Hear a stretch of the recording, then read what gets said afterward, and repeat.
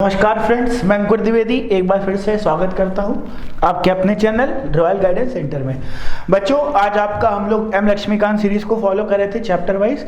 अब हम लोग उसके नेक्स्ट चैप्टर जो कि है फंडामेंटल ड्यूटीज और चैप्टर नंबर 9 मौलिक कर्तव्य। आज आइए हम लोग इसको स्टार्ट करते हैं, देखते हैं फंडामेंटल ड्यूटीज चैप्टर है क्या और इसको क्यों लाया गया, किस वजह से लाया गया। थोड़ा फंडामेंटल ड्यूटीज के बारे में हम लोग बेसिक इंट्रोडक्शन समझ लेते हैं। जरा ये फंडामेंटल ड्यूटीज चैप्टर था क्या, देखते हैं। बेटा देख लेते हैं चैप्टर को। ये हम लोग के कॉन्स्टिट्यूशन के 4A article 51A borrowed from USSR। ये चार चीजें आपको याद रखनी है किसी भी चैप्टर को पढ़ने से पहले। क्या कि ये हमारे कॉन्स्टिट्यूशन के किस पार्ट में आता है, हमारे कौन से आर्टिकल में आता है और ये किस कंट्री से लिया गया। USSR union sovereign socialist and Republic, जिसको आज वर्तमान में हम लोग रशिया के नाम से जानते हैं, ये है। ठीक, आगे। अब Who recommended fundamental duties? हमारे संविधान में किसने फंडामेंटल ड्यूटीज को रिकमेंड किया था? तो बेटा स्वर्ण सिंह कमेटी ने 1976 में फंडामेंटल ड्यूटीज को रिकमेंड किया था। बेटा स्वर्ण सिंह से याद करते हैं, थोड़ा दिमाग लगाइए। 1975 और 1977 के बीच इंदिरा गांधी जी ने इंटरनल इमरजेंसी लगाई हुई थी। जी हाँ, इंटरनल इमरजेंसी लगाई हुई थी। तो उस वक्त उन्होंने देखा कि इमरजेंसी के दौरान इन्होंने विपक्ष के जितने नेतागण थे उनको उठा के जेल के अंदर डाल दिया। अब वो जेल के अंदर डाल दिया तो बहुत सारे लोग गलत तरीके से बिहेव करने लगे, सही से रिएक्ट नहीं कर रहे थे।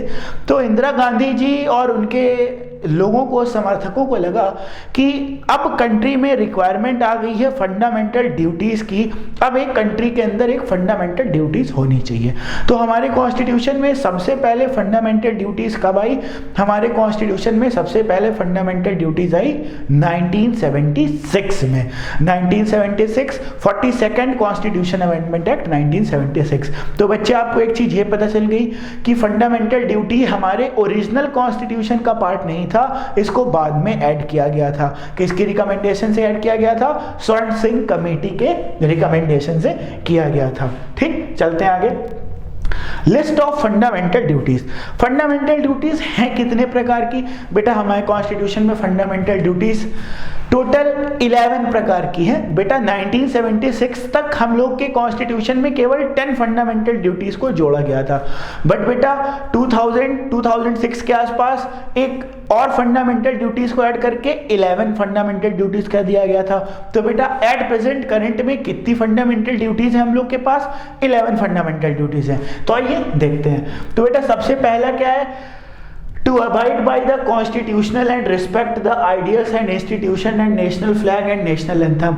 संविधान का पालन करना और उसके आदर्शों, संस्थान, राष्ट्रीय ध्वज और राष्ट्रीय गान का सम्मान करना। सिंपल, हर देश के सिटीजन को अपने कॉन्स्टिट्यूशन का, अपने नेशनल फ्लैग का, अपने नेशनल एंथम का इसको फॉलो करना चाहिए। एकदम सही है। नंबर 2, स्वतंत्रता के लिए राष्ट्रीय संघर्ष को प्रेरित करने वाले महान आदर्शों को संजोना और पालन करना। इसका अर्थात to cherish and follow noble ideas. बेटा इसका मतलब यह है, हमारे कॉन्स्टिट्यूशन मेकर्स यानी कि स्वर्ण सिंह जी ये चाहते थे कि आप हर देश के नागरिकों को उन विचारों को, उन आइडियाज को सोचना चाहिए जो हमारे नोबल फ्रीडम फाइटर्स ने जिन विचारों से, जिन आदर्शों से देश को आज़ादी दिलाई थी, तो उनके विचारों को स्मरण करना चाहिए। ये हम लोग के लिए एक फंडामेंटल ड्यूटी है जिसको सभी को फॉलो करना चाहिए। तो आगे fundamental duty number 3। Fundamental duty number 3 बोल रही है to uphold and protect the sovereignty, unity and integrity of India. बेटा इन शॉर्ट इसको बोलते हैं, इसमें बोला गया है हमारे देश के अंदर संप्रभुता, अखंडता और भाईचारा देश के अंदर बना के रखना चाहिए। हमें हर देश के नागरिकों को ऐसा काम करना चाहिए जिससे देश की अखंडता पे, संप्रभुता पे और एकता पे कोई दिक्कत ना आए। हमको लॉ एंड ऑर्डर का ध्यान में रखना चाहिए, आपस में कम्युनिटी के बीच में वायलेंस नहीं क्रिएट कराना चाहिए। यह है इस पॉइंट का मतलब। नेक्स्ट पॉइंट है to defend the country and render national service when called to do so. बेटा इसका मतलब क्या है? इसका बच्चे मतलब यह है, इंडिया के अंदर हर पर्सन को कंट्री के लिए, ड्यूटी के लिए तैयार रहना चाहिए जब जरूरत पड़े तो। फॉर एग्जाम्पल, खुदा ना करे ऐसा कभी हो, मान लेते हैं कभी एक्सट्रीम केस में ऐसा हो जाए देश में वर्ल्ड वॉर चालू हो जाए, वर्ल्ड वॉर थर्ड में भारत के पास सैनिकों की कमी पड़ जाए, मतलब भारत के पास सैनिक है ही नहीं। अब ऐसे केस में क्या हुआ, अब सैनिकों के लिए अब हमें इमरजेंसी में सैनिक चाहिए, तो अब हम क्या वो आर्मी का वो प्रोसीजर तो फॉलो करेंगे नहीं। अब इसमें जो शरीर हट्टा खुट्टा है वो बंदूक उठाए लेके चला जाए। तो ये एक प्रकार की नेशनल ड्यूटी है, जब आपकी कंट्री को रिक्वायर्ड हो तो हर पर्सन को तैयार होना चाहिए अपनी नेशनल ड्यूटी को देने के लिए। Next, to value and preserve the rich heritage of the country's composite culture, देश की समग्र संस्कृति और समृद्ध विरासत का महत्व देना और संरक्षित रखना। बिल्कुल सही, इंडिया के हर सिटीजन को जो आपके देश की वो है, आपके देश का जो कल्चर है उसको फॉलो करना चाहिए, लोगों को बताना चाहिए वाई हमारा भारत महान है, क्यों इंडिया को ग्रेट कहा जाता है। इस आइडिया को चेरिश करना चाहिए, लोगों को बताना चाहिए, समझाना चाहिए। ये है अगला fundamental right, to value and preserve the rich heritage of country composite culture, बात सही है। To protect and improve the natural environment including forest, lakes, rivers, simple, हर व्यक्ति को जो हम लोग के नदी हैं, नाले हैं, जंगल हैं, इनका ख्याल रखना चाहिए और उसको प्रिजर्व करना चाहिए आने वाली अगली पीढ़ी के लिए। ये सभी लोगों की तो फंडामेंटल राइट है। आपको बोला नहीं जाता गंगा को कम दूषित करिए, जंगलों को मत काटिए, हरे भरे वन को जिंदा रखिए, वृक्ष लगाइए। तो बेटा हम अभी जिंदा है ठीक है, पर हमारी अगली जनरेशन के लिए भी तो ये चीजें चाहिए, तो हमको भविष्य में इनको बचा के रखना है। ये हम लोग का मौलिक कर्तव्य हुए फंडामेंटल ड्यूटीज है। Number 8, to develop scientific temperament, मतलब हम सभी लोगों को एक अपनी वैज्ञानिक सोच बना के रखना चाहिए। वैज्ञानिक सोच का मतलब ये नहीं कि हर आदमी रॉकेट उड़ाने लग जाए। वैज्ञानिक टेम्परामेंट का मतलब एक सूझबूझ से, समझदारी से किसी भी काम को करना चाहिए, किसी एक्शन को करना चाहिए। आगे, to safeguard public property and abjure violence, मतलब जो हम लोग की पब्लिक प्रॉपर्टी है उसको बचा के रखना चाहिए। ये बहुत शर्म की बात है, हम लोग अपने मॉन्यूमेंट्स पे जाते हैं, वहां पे देखते हैं कुछ लोग हार्ट बना देते हैं, किसी का फोन नंबर लिख देते हैं, सीता वेट्स गीता और फलाना ढिमाका, मुन्नी वर्सेस कुछ भी, मुन्नी बदनाम हुई, XYZ, कोई भी वर्ड को लिख देते हैं। तो बेटा हमने अपने मॉन्यूमेंट्स को गंदा नहीं करना चाहिए। एक आपको याद होगा, एक हम लोग का टीवी में ऐड आता था, जाने अनजाने में कहीं आप अपने देश की बेइज्जती तो नहीं कर रहे। तो जी हाँ, आपके मॉन्यूमेंट्स में बहुत से फॉरेनर्स आते हैं, अगर आप उस पर ऊट पटांग चीजें लिखेंगे, वो फोटो खींचेंगे, जाके दिखाएंगे कि देखिए भारत कितना असभ्यों का देश है, अनकल्चर्ड, इलिटरेट लोग रहते हैं। तो हमें इन चीजों से बचना चाहिए।